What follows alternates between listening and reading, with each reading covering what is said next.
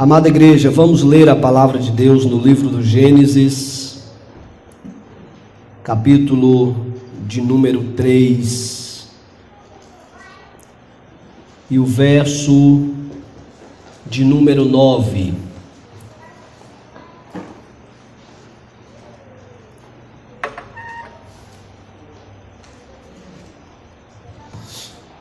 Gênesis, capítulo de número 3, e o versículo de número 9, quem achou pode dizer amém? Amém. E chamou o Senhor Deus a Adão e disse-lhe: onde estás? Quem pode dizer amém pela palavra de Deus? Amém. Amados irmãos, já por alguns dias que o Espírito Santo tem colocado esta palavra no meu coração e tem me impulsionado a trazê-la para meditarmos juntos sobre esse momento da história, momento onde a Bíblia narra a queda do homem, quando infelizmente o homem pecou contra Deus. É bom deixar registrado que eu acostumo dizer que o homem é a obra-prima de Deus. Deus, tudo que fez, Ele usou e fez usando o poder da sua palavra, da sua voz. E para fazer o homem, Deus usou suas próprias mãos. Houve um cuidado de Deus para moldar o homem.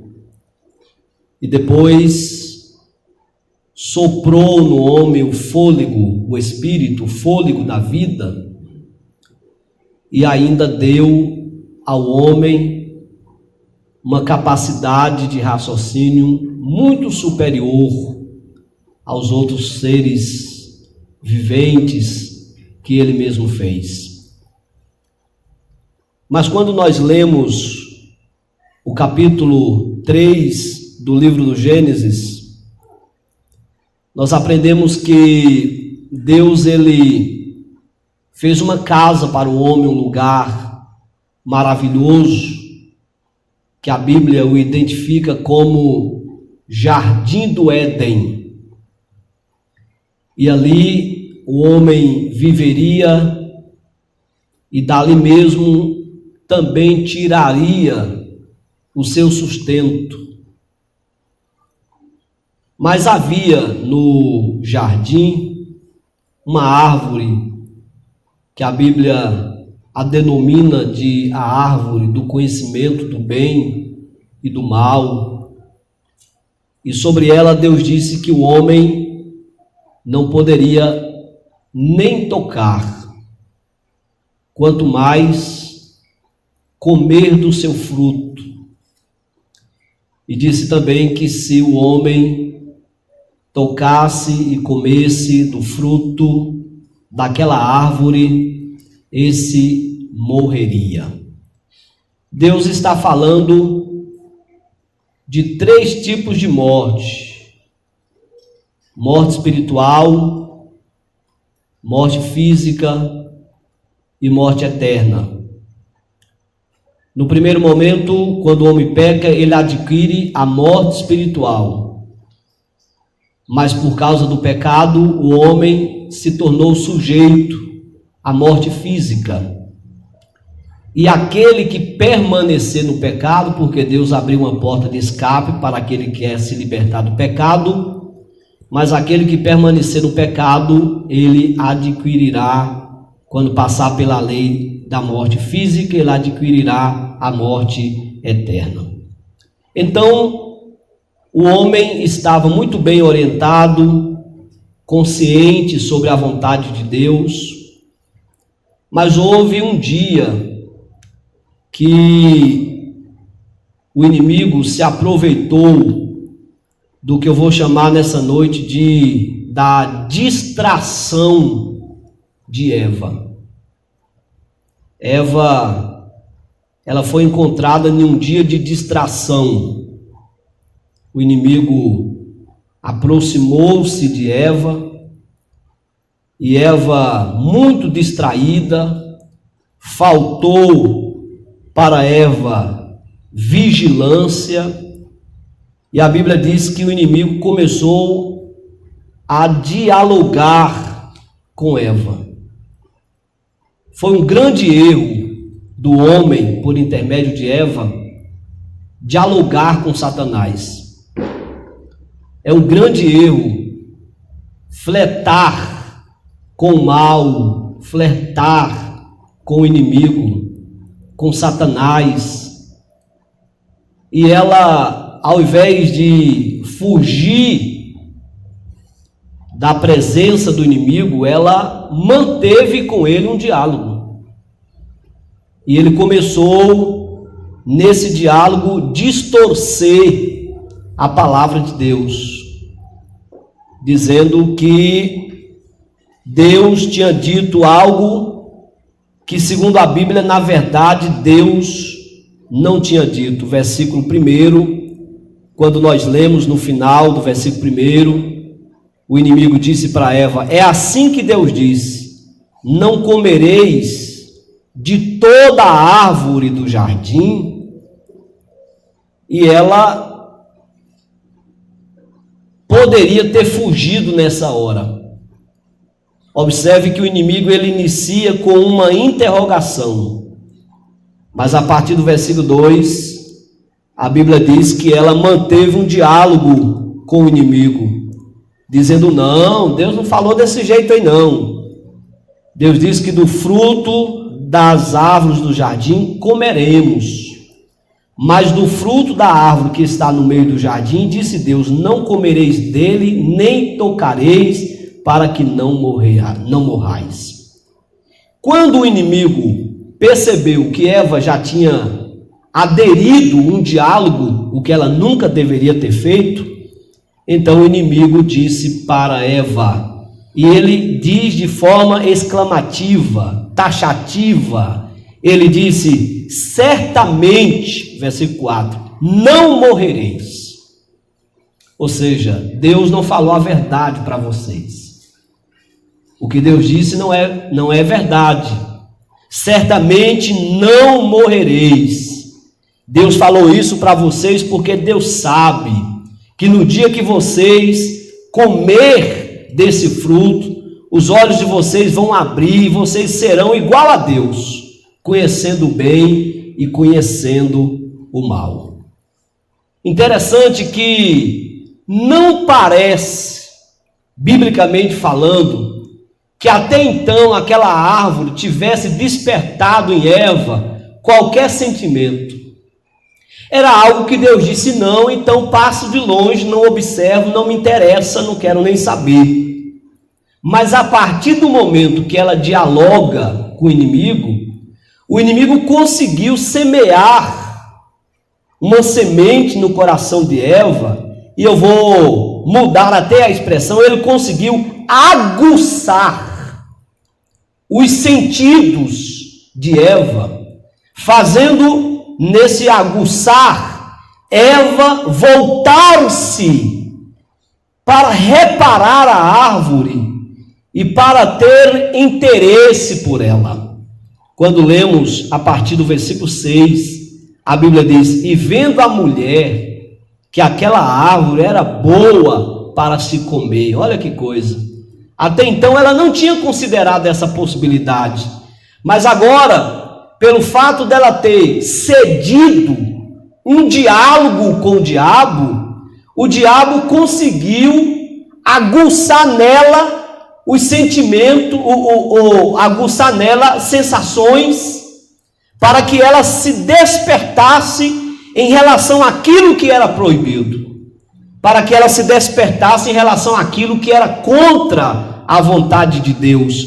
E aí os seus sentidos foram aguçados em relação ao que Deus proibia. Versículo 6, vendo, fala de visão, vendo a mulher que a árvore era boa para se comer, agora falou do paladar, agradável aos olhos, novamente a visão, e a árvore desejável para dar entendimento. Então tomou do seu fruto, comeu, deu também para o seu marido, e ele comeu com ela. Observem bem que a arte do inimigo foi algo com pouquíssimas palavras. Bastou o inimigo distorcer o que Deus disse, e distorcendo o que Deus disse, foi suficiente para despertar em Eva um sentimento de pecado, porque ela estaria corrompendo uma orientação divina, e toda vez que a gente, ou o ser humano, corrompe uma orientação divina, isso caracteriza pecado.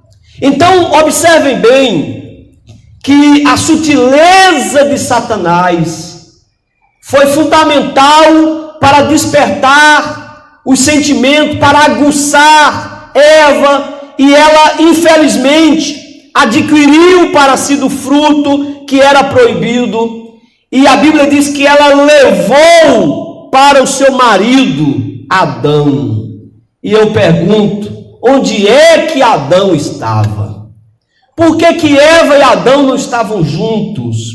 E por que que Eva, como submissa, não buscou uma orientação de Adão primeiro, antes de tomar do fruto? E por que que Adão, como o sacerdote da casa, não a repreendeu quando ela chegou com o fruto? Possivelmente, quando Eva chega na presença de Adão com o fruto, possivelmente ela vem trazendo para ele boa informação, principalmente que tenha aguçado também o seu paladar. Talvez ela tenha mostrado um fruto bom, saudável, que tenha aguçado também a sua visão, e ambos se acomodaram, esqueceram da ordem de Deus, esqueceram de tudo que Deus orientou, esqueceu da pena, que era pena de morte para aquele que corrompesse a vontade de Deus, e a Bíblia diz no final do versículo 6, que eles comeram, e deu também ao seu marido, e ele comeu com ela. Então comeram juntos, desfazendo inteiramente daquilo que Deus disse. Mas aí vem a consequência. Quando lemos o versículo de número 7, a Bíblia diz, e eu quero crer que isso é imediatamente após eles juntos comerem do fruto proibido, aí a Bíblia diz que os seus olhos foram abertos. O sentido da palavra aqui, olhos abertos, na realidade perderam a inocência. Porque quando lemos o versículo de número 25 do capítulo 2, a Bíblia diz que ambos estavam no jardim, ambos estavam nus, mas não se envergonhavam. E esse termo de não se envergonhar, mesmo estando nus, é por causa da inocência, porque são alguns períodos até a graça: inocência, consciência, governo humano, patriarca, lei e graça. Então eles estavam no período da inocência. Não havia no coração do homem maldade, era como uma criança. Eles tinham pureza de alma, pureza de coração. A pureza de alma, de coração, de verdade que havia em Eva e Adão era tão expressiva que não tinha nada que impedia o relacionamento deles com Deus. Nada impediu o relacionamento deles com Deus. Assim como Deus se relaciona com os anjos, Deus vinha no paraíso, no jardim do Éden, que era um paraíso, e Deus se relacionava com o homem. A Bíblia diz que Deus visitava o jardim na virada do dia.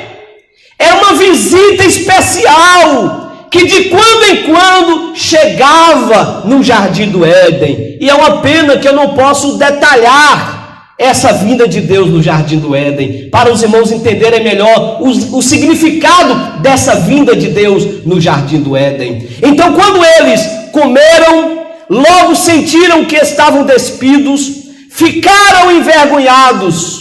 E olhe para mim, para resolver o problema, buscaram folhas de figueira, fizeram aventais e cobriram a sua nudez. Quando eles estão nesse processo, como que uma criança que acaba de fazer uma arte irreparável e buscando folhas que é perecível, eu não posso fazer a aplicação por conta do tempo, que é perecível para cobrir suas vergonhas. Aí a Bíblia diz no versículo de número 8, e ouviram, ambos ouviram a voz do Senhor Deus, que passeava no jardim pela viração do dia, e escondeu-se Adão e sua mulher da presença do Senhor Deus entre as árvores do jardim. Naquele dia não teve sala, naquele dia não teve acomodação, naquele dia não teve satisfação de receber o Senhor. Naquele dia não teve alegria de desejar bem-vindo ao Rei dos Reis e Senhor dos Senhores. Naquele dia eles tiveram medo de encarar o Senhor, porque sabiam que tinham pecado contra Deus, que tinham pecado contra a sua palavra, e a Bíblia diz que eles então esconderam, fugindo da presença do Senhor entre as árvores do jardim. E aí chegamos finalmente no versículo de número 9. Quando Deus chegou no jardim, Adão e Eva não vieram ao seu encontro. Observa que no versículo 9 é a segunda vez que Deus vai falar. Porque no versículo 8 já diz, e ouviram a voz do Senhor. Deus já tinha falado uma vez. Deus não chegou calado no jardim. Deus chegou falando, Deus chegou chamando, Deus chegou conversando, Deus chegou dialogando, mas eles não estavam na sala de espera de Deus. Eles estavam escondidos entre as figueiras. Então, quando Deus não encontra Adão e Eva no lugar, no jardim de delícias, no lugar do bate-papo divino, aí Deus fala o versículo de número 9, e chamou o Senhor Deus a Adão e disse: Adão, onde estás? E muita gente às vezes tem dificuldade de entender essa palavra, porque diz, mas como que Deus é onisciente e onipresente e Deus precisa perguntar: Adão, onde estás? Se nós observarmos a onisciência e a onipresença de Deus, posso afirmar categoricamente que em nenhum momento Adão de fato conseguiu se esconder dos olhos de Deus. Deus, em termos de localização, sabia muito bem onde Adão estava. Em termos de localização, Deus tinha conhecimento muito bem onde é que Adão e Eva estavam. Mas na realidade Deus está falando não somente de ambiente, de localização, Deus está falando também de situação. Onde está você, Adão, segundo a minha vontade? Onde está você, Adão, na sua vida espiritual? Onde está você, Adão, na comunhão? Onde está você, Adão, na obediência? E também em termos de local, não por não saber, mas por querer que Adão se apresentasse. Adão, onde é que você está? Deus está dizendo, você precisa ter coragem para se apresentar a mim. Você precisa ter coragem para vir à minha presença. Se apresente, se mostre, mostre a cara. Onde é que você está, Adão?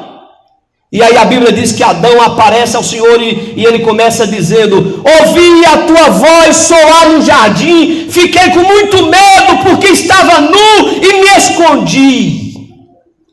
E Deus diz assim: nu? Porque até então só Deus sabia que Adão estava nu. Porque a nudez para eles não era uma realidade por causa da inocência. Deus diz: quem foi que te disse que você estava nu? Quem foi que lhe mostrou isso? Você comeu da árvore que te ordenei que não comesse, Adão. E aí tem outro fator interessante. Adão, ao invés de se humilhar diante de Deus e de cair aos seus pés já com um propósito de arrependimento e de pedido de perdão, Adão, como Eva também, começam a transferir responsabilidade. Que pena que eu não posso detalhar isso nessa noite. Transferências de responsabilidade. Adão disse: foi a mulher que o Senhor me deu.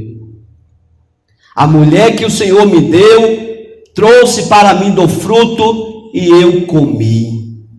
Quando o Senhor foi conversar com Eva, ela também transferiu responsabilidade. Ela disse: foi a serpente, foi Satanás que me enganou, eu acabei comendo. Observe que o homem, desde os primórdios, tem dificuldade de assumir seu compromisso e suas responsabilidades espirituais.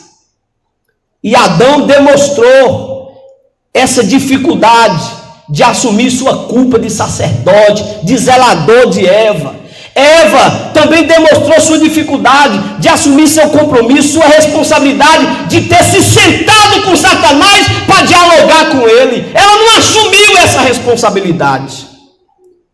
Mas para encerrar nessa noite, porque infelizmente eu não posso ir mais além, no meio dessa crise toda, quando Deus começa a apresentar para o homem as consequências dos seus pecados, no versículo de número 15, Deus entra com uma palavra de esperança. Deus disse: mulher, da semente da mulher vai nascer alguém que será ferido no calcanhar, mas ele esmagará a cabeça de Satanás.